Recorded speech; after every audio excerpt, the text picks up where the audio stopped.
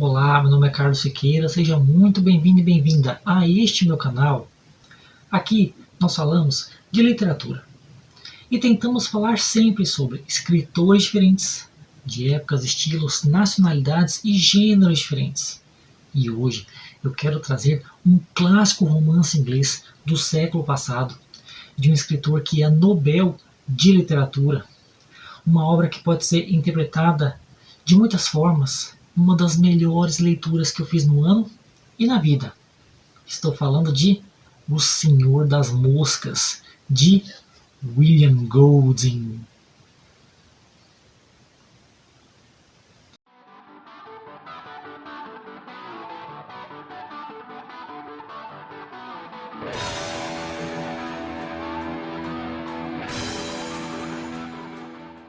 Bom, para quem não conhece o William Golding, saiba que ele é um dos maiores escritores de todos os tempos, Nobel de Literatura, inglês, nascido no século XX, morreu ali em 1994. Esse livro, O Senhor das Moscas, foi publicado em 1954, portanto, período do pós-guerra. William Golding, que vivenciou as agruras da Segunda Guerra Mundial. Ele que foi para o campo de batalha.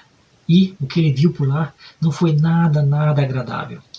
Marcou-o profundamente e isso foi transposto para suas obras, que sempre trazem violência, uma desesperança, um pessimismo quanto à natureza humana.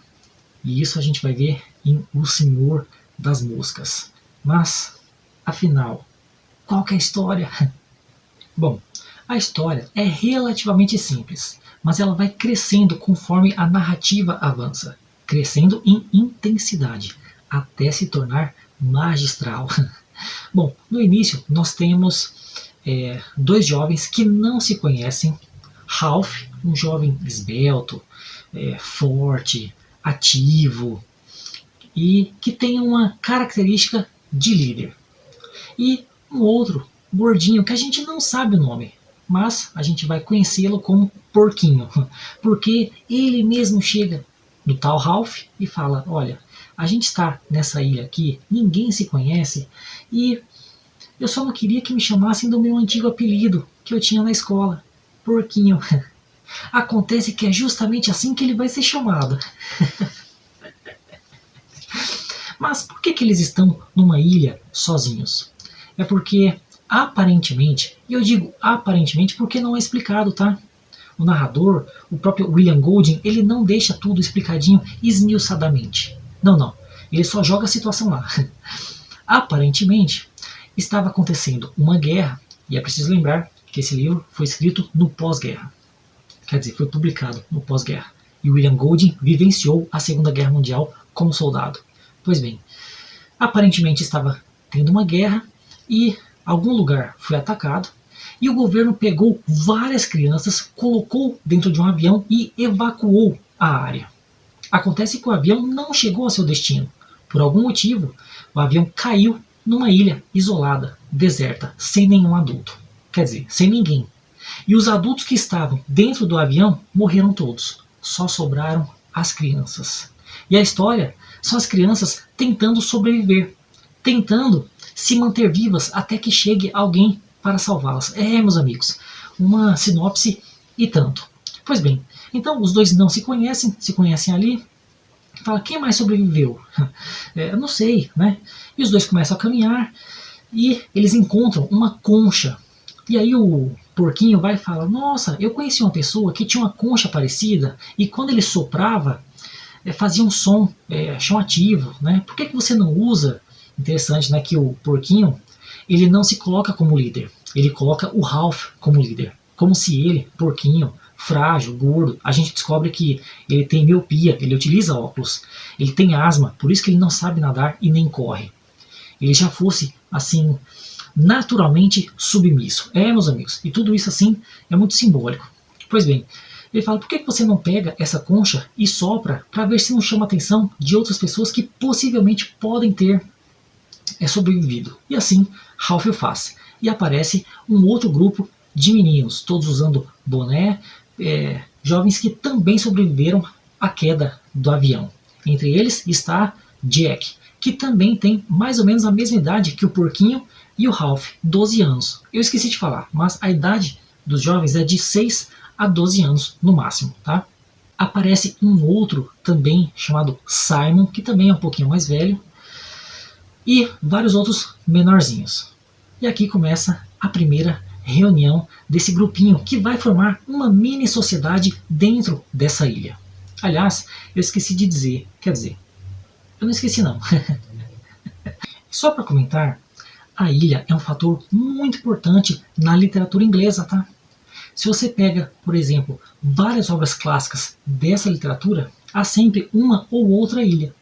Então, só para dar alguns exemplos, nós temos A Tempestade, do Shakespeare, nós temos o Robinson Crusoe, do Daniel Defoe. Eu sei que você fala Robinson Crusoe, porque foi traduzido assim para o português, e no filme, a adaptação do livro, que aliás eu não vi, mas o certo é Robinson Crusoe. Pois bem, nós temos As Viagens de Gulliver, do Jonathan Swift, que aliás eu já fiz vídeo aqui no canal, hein? Vou deixar o link aqui no card. Nós temos A Ilha do Tesouro, do Robert Louis Stevenson, e várias outras obras. Inclusive, no próprio Senhor das Moscas, no finalzinho do romance é feita uma menção a uma obra que eu não conhecia, que é A Ilha de Coral, que aliás depois eu comento sobre ela.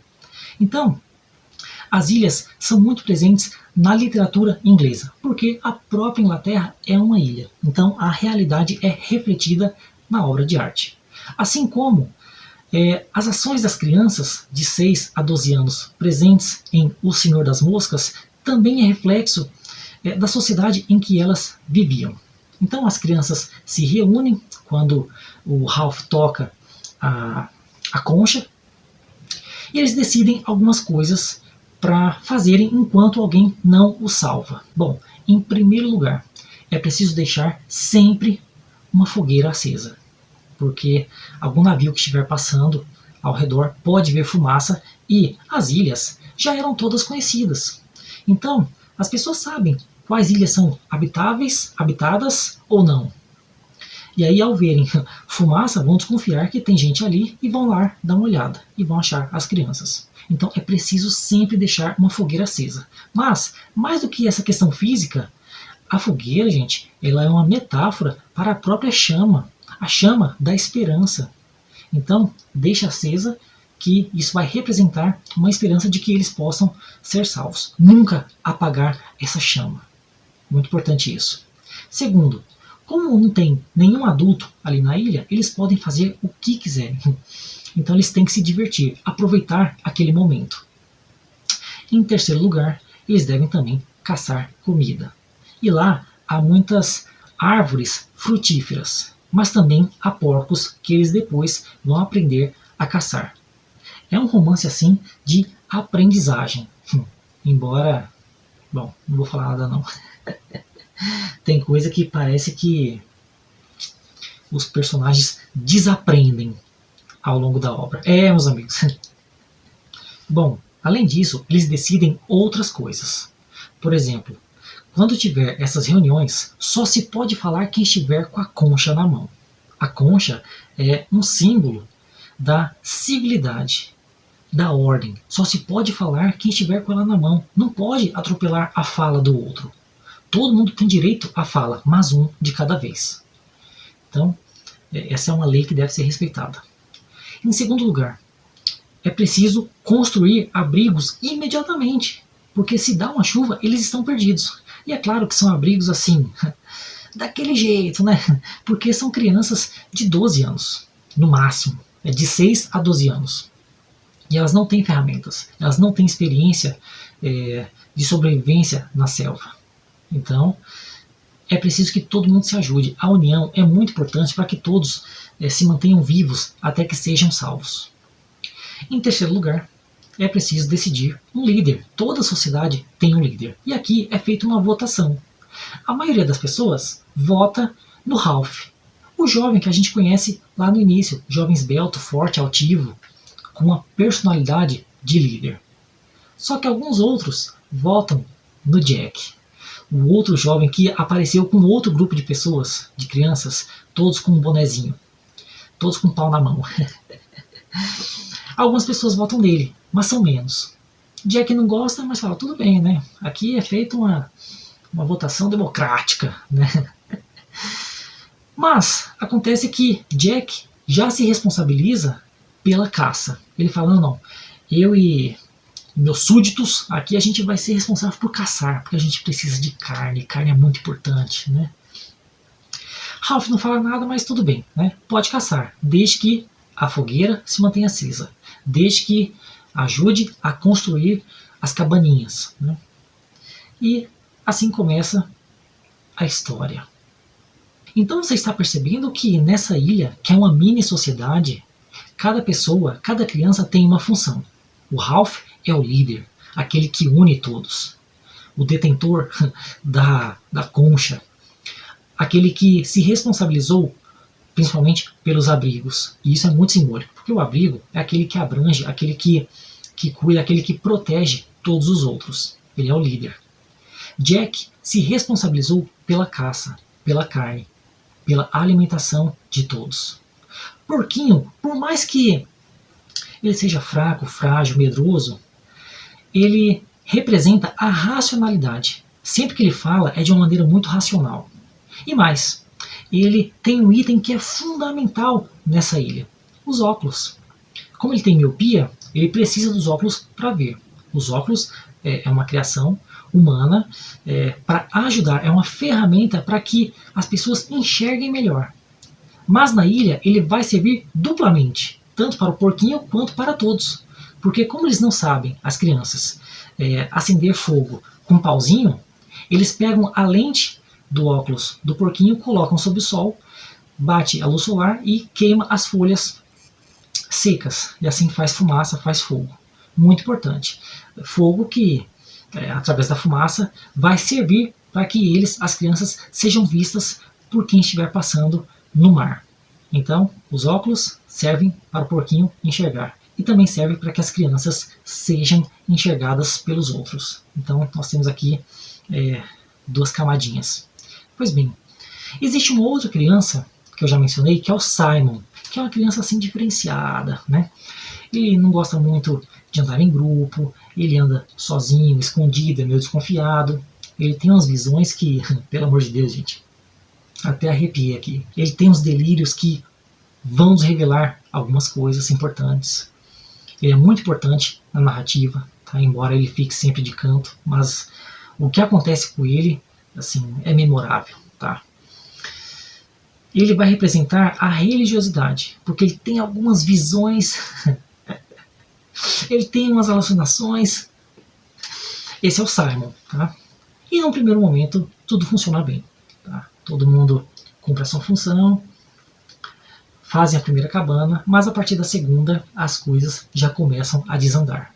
Porque Jack e os seus súditos não querem ajudar. Não, a gente é responsável por caçar. Não, tudo bem, vocês podem caçar, diz o Ralph, mas desde que ajude a construir a cabana. Vocês podem caçar, mas mantenham a fogueira acesa que vocês deixaram apagar. Acabou de passar, tem um momento que passa, um navio. Acabou de passar um navio e ele não nos viu. Por quê? Porque não tinha fumaça. Porque vocês deixaram apagar. Você percebe como que a ação de um é importante para todos os outros? Como que isso é uma mini sociedade? Na sociedade também é assim. Se um deixa de fazer a sua parte, todos os outros sofrem com isso. Mas Jack não está nem aí. Jack quer saber de caça, de matar animal, né? Você percebe desde o início que ele é um cara assim contrariado. Ele não gosta do Ralph como líder. Ele quer ser o líder, né? E ele tem súditos. Meus amigos, vocês já estão percebendo o que vai acontecer aqui, hein? Mas tudo bem. Jack recebe essa bronca do Ralph na frente de todo mundo. Não gosta, primeiro porque ele não gosta do Ralph como líder. Não gosta do Ralph como pessoa. E não gosta também de ser humilhado na frente de todo mundo. Ninguém gosta, aliás. Por mais que o Jack goste de humilhar o porquinho. O que nós temos aqui? Nós temos uma reprodução social do que eles já tinham aprendido antes, né? Então o porquinho, que é gordinho, tem asma, tem miopia, né? Não serve para nada, não tem força. E mais, o porquinho ele é aquela pessoa racional, enquanto o Jack é aquela pessoa que exerce o seu poder através da força. E a gente sabe que muitas vezes essa pessoa que representa a força não gosta muito de quem é racional não, né? Eu não lembro quem foi que disse, né, que aquele que não tem argumentos parte para a violência. E é isso mesmo, né? Então o Jack não gosta, mesmo assim ele obedece, né? Porque o Ralph foi eleito democraticamente, ele supera. Pois bem, os dias transcorrem e aí começa a surgir um burburinho, uma conversinha paralela. Porque, gente, são crianças de 6 a 12 anos. Elas têm fantasias, imaginações, elas têm medo. Agora até lembrei do Engenheiros do Havaí, hein? O medo nos leva a tudo, sobretudo a fantasia. Meus amigos, daqui a pouco a gente chega lá. Então as crianças começam a imaginar coisas e falam, sabia que tem um bicho aqui na ilha? Ninguém viu o bicho, mas todo mundo fica com medo, principalmente os menores, que até tem pesadelo à noite. Meus amigos. E aí, o Ralph tenta apaziguar a situação. Fala, gente, eu tô ouvindo uma conversinha paralela aí de que tem bicho, pode parar, tá? Não tem bicho nenhum, não existe fantasmas, dentro de ilhas não existem animais grandes, pode parar com essa historinha aí. A gente tem que se manter unido, tá? Mas, por outro lado, Jack, tentando ganhar a liderança, discorda de Ralph e fala, ó, se tiver bicho, pode deixar que eu mato, tá? Eu e os meus caçadores. Eles fazem lança, gente. Eles têm, assim, algumas armas, tá? Algumas ferramentas. Pode deixar que eu cuido desse bicho. Pode confiar em mim, ó. Tô cansado dessa liderança aí do Ralph que não faz nada, tá? Só fica, fazer aqui cabana, manter fogo aceso. Tô cansado disso. Não traz comida, não traz carne, quem traz sou eu, né? Eu que vou atrás com os meus súditos, atrás de porco, tá? Carne assada vocês só comem porque eu trago. Porque se for pelo cara aí, ó, só fica comendo fruta, né? Então assim, acontece uma revolta aqui. E é feito de novo uma nova votação para ver quem se mantém líder. E de novo, por pouco, o Ralph ganha. Mas o Jack decide. Não é decide não, hein? Ele dá o forinha, ele se aparta, fala, ó, não vou obedecer mais não, hein? A partir de hoje eu vou viver sozinho. Só que ele angariou os jovens, as criancinhas, que preferem acreditar numa pessoa que traz carne, preferem acreditar numa pessoa que se garante contra o bicho que, na verdade, é inexistente. Você percebe como que o medo, primeiro se apresenta um medo e depois uma solução. Como que isso atrai as pessoas? Percebe como que o William Golding aqui pode, talvez, estar tratando de política, né? Aqui nós temos que lembrar, ele vivenciou a Segunda Guerra Mundial, a época dos regimes ditatoriais, né? Hitler, Stalin, uma galera, não vou falar todo mundo, eu não escrevo roteiro não, tá gente, eu falo de cabeça aqui. Então a gente sabe as estratégias que essas pessoas usavam, né? Coloca medo na sociedade, depois se apresenta como solução, e é isso exatamente o que Jack faz, né? Se tem bicho, pode deixar, eu mato. Ó, esse líder aí, ó, democrático, só pode falar com a concha na mão, tem que falar quando quer falar, meu amigo. Então acontece essa dissidência. O Jack defende a sua própria liberdade, a sua própria soberania, o seu individualismo. Enquanto o Ralph defendia, né, o grupo, o todo, a união, a responsabilidade. Enquanto o Jack defendia as suas festas, as suas caças, né, as suas conquistas. Então você tem duas visões de mundo distintas aqui. Só que uma angaria mais pessoas do que a outra. Meus amigos, isso aqui é uma visão assim, muito pessimista do William Golding, tá? Quanto à natureza humana. Ele seguia, pelo menos nesse livro, que por enquanto foi o único que eu li, mas eu tenho outro e vou ler, aguarde. Quando eu ler, farei vídeo, aguarde. Mas nesse livro a gente pode ver aquela ideia do Thomas Hobbes, né, de que o homem é o lobo do homem. O homem é belicoso. Já fiz um vídeo aqui sobre Nietzsche, sobre máximas, e li uma máxima dele, que ele fala que o homem belicoso, em tempos de paz, ataca a si mesmo. Aquele grupinho que estava em paz agora atacava a si mesmo. Não eram mais amigos, eram adversários, inimigos. Meus amigos. Então, assim, uma visão muito pessimista da natureza humana, né? Que não tem só dois lados, tem múltiplos lados. Mas aqui a gente vê esses dois, né? De um lado a responsabilidade, do outro a liberdade de se fazer o que se quer, né?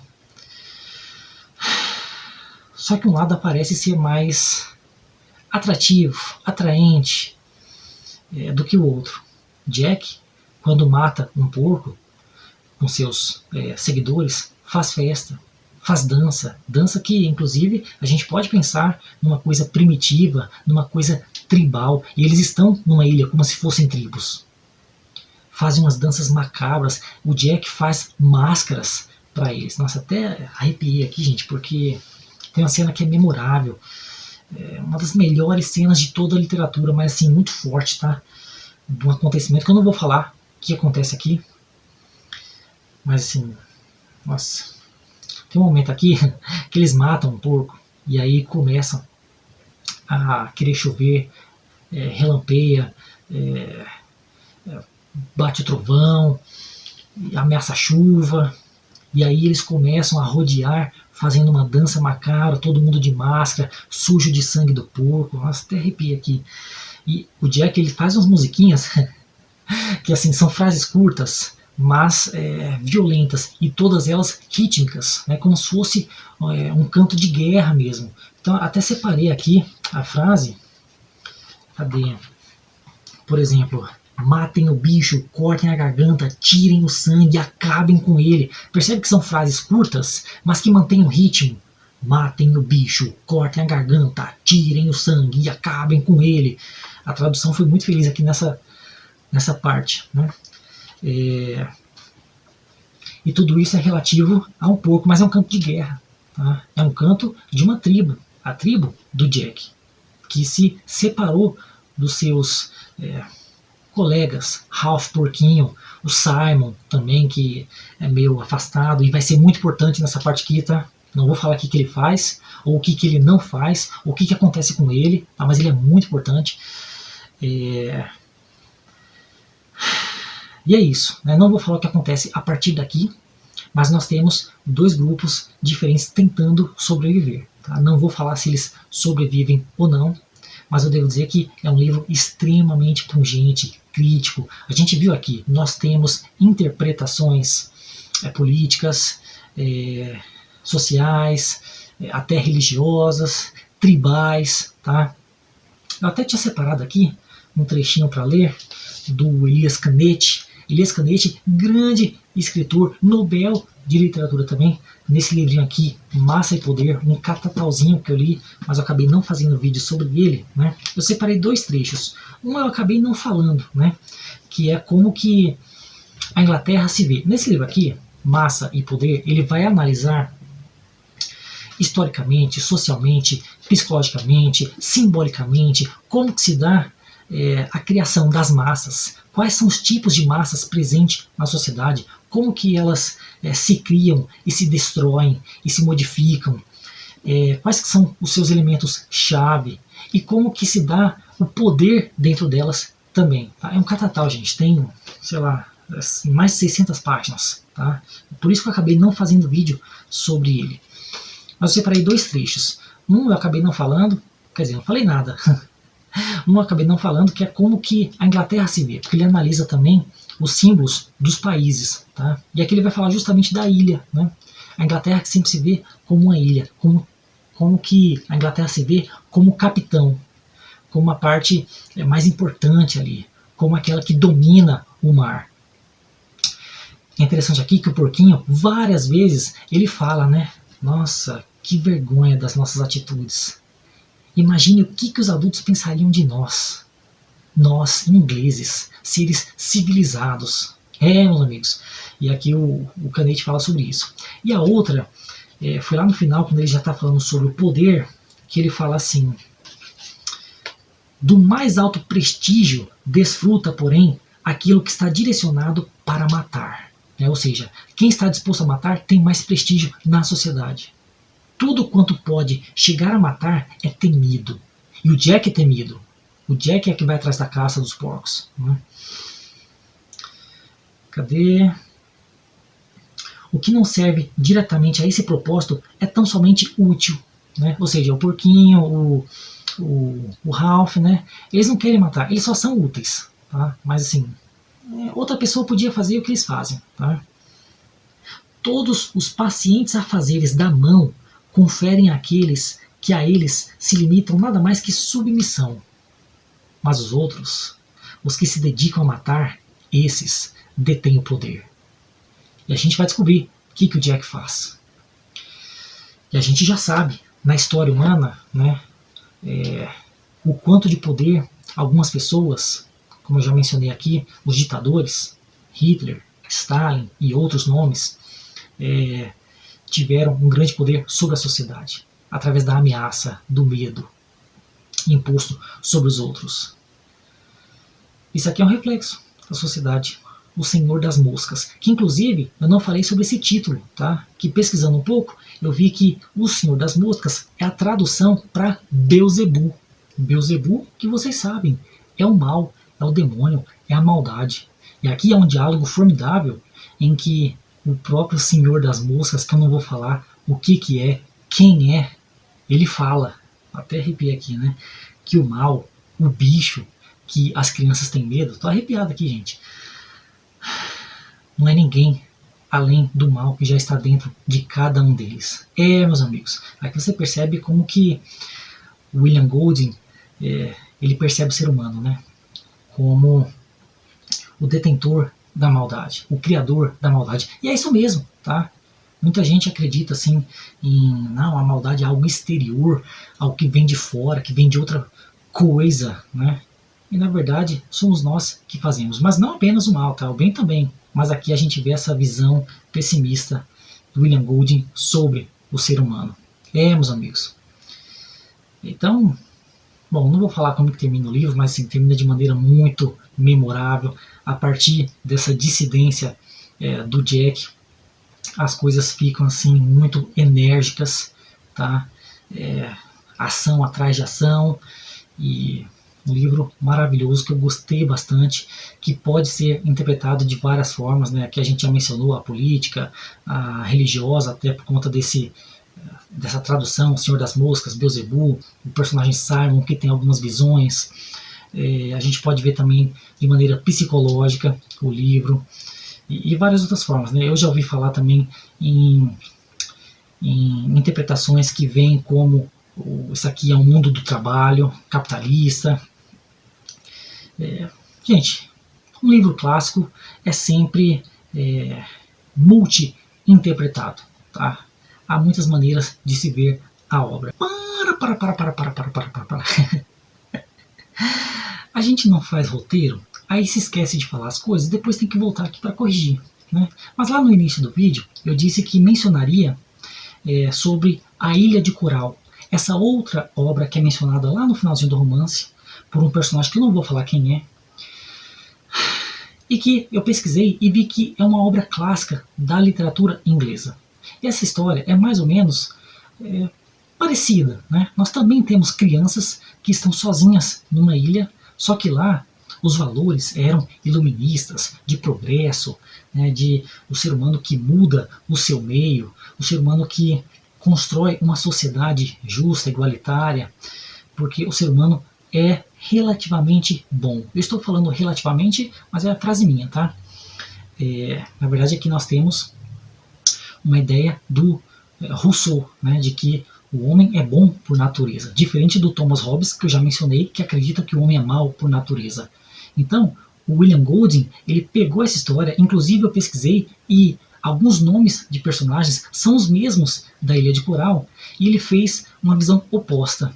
Então, se no Ilha de Coral os personagens são bons, são justos, aqui nós vemos os personagens violentos. Nós vemos a natureza ruim do ser humano, diferente do Ilha de Coral. Então nós temos aqui quase que um livro-resposta, digamos assim.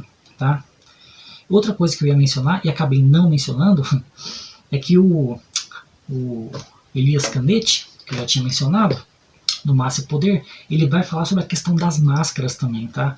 Porque o Jack, ele faz máscaras para ele e para o seu grupinho de caçadores, e o Canete ele vai analisar isso também. Como que a máscara é muito importante na sociedade humana. E como que foi importante ainda na época tribal, né? Porque a máscara, ela fica no meio entre o ser e a coisa, o ser e o outro. Então eu, de máscara, não permito que o outro veja a minha intenção, o meu sadismo, o meu medo. Então assim, muito importante. Além de que a gente, quando olha para o outro, a gente percebe, né, a mudança no rosto e tudo mais, enquanto a máscara é sempre estática, né? Então do jeito que eu quiser criá-la, ela fica para sempre, tá?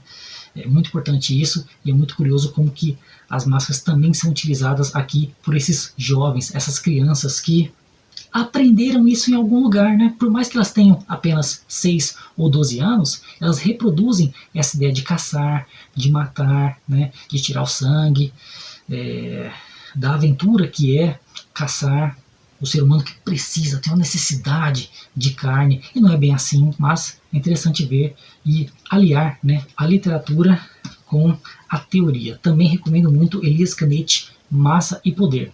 Não fiz vídeo, mas recomendo o vídeo.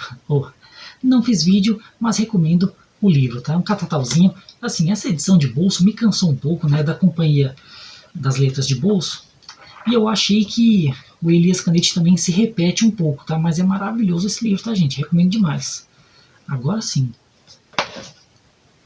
Chega.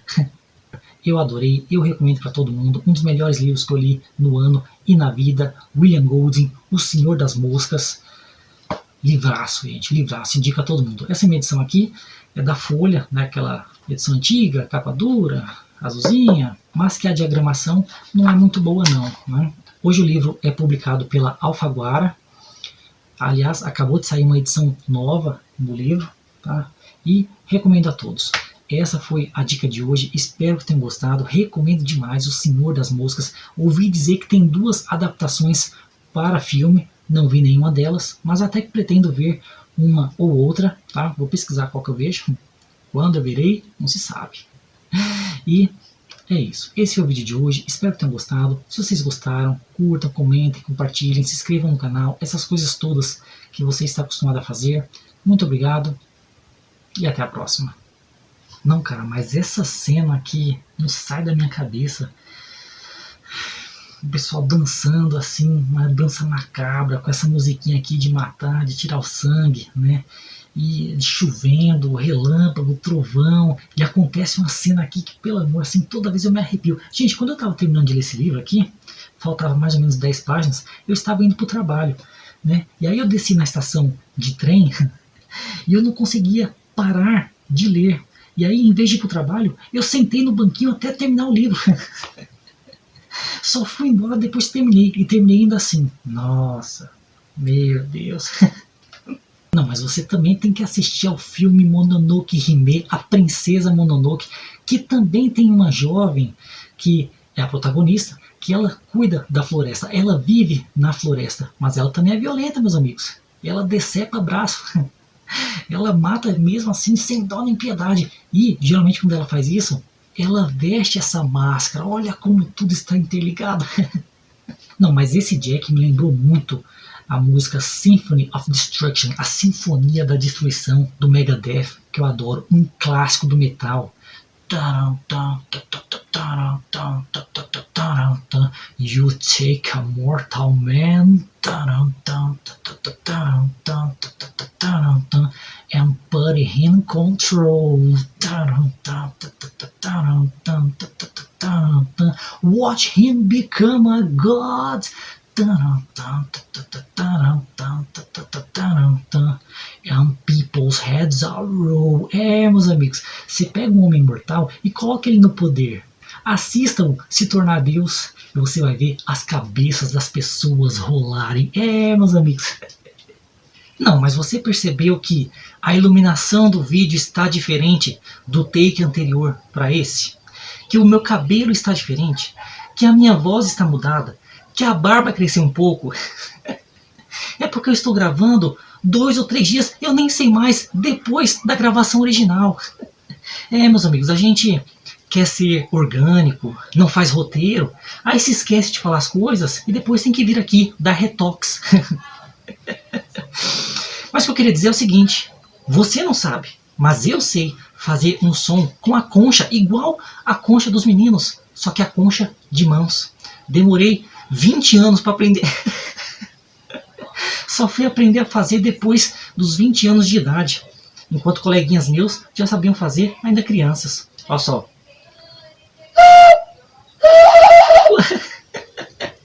Meus amigos, o livro começa assim, na inocência, na brincadeira, depois a gente tem a perda da inocência, depois a gente tem o início da violência, da barbárie. Meus amigos, cuidado, viu?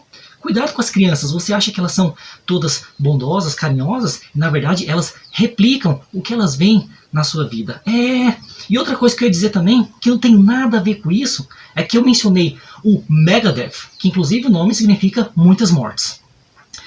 Só que o próprio Iron Maiden, que eu já mostrei aqui, que eu sou fãzaço, o Iron Maiden tem uma música chamada Lord of the Flies, o Senhor das Moscas. Título do livro em inglês. Só que assim, não é uma música muito boa não. Eu utilizei no início do vídeo, na entradinha, não sei se você percebeu ou não. Você também não conhece nada, né? Só que assim, é uma música da época do Blaze Bayley nos vocais, assim, é uma música que passou batido. O pessoal não gosta muito não, assim, só quem é fanzaço que conhece e gosta. Bom, esse foi o último retoque.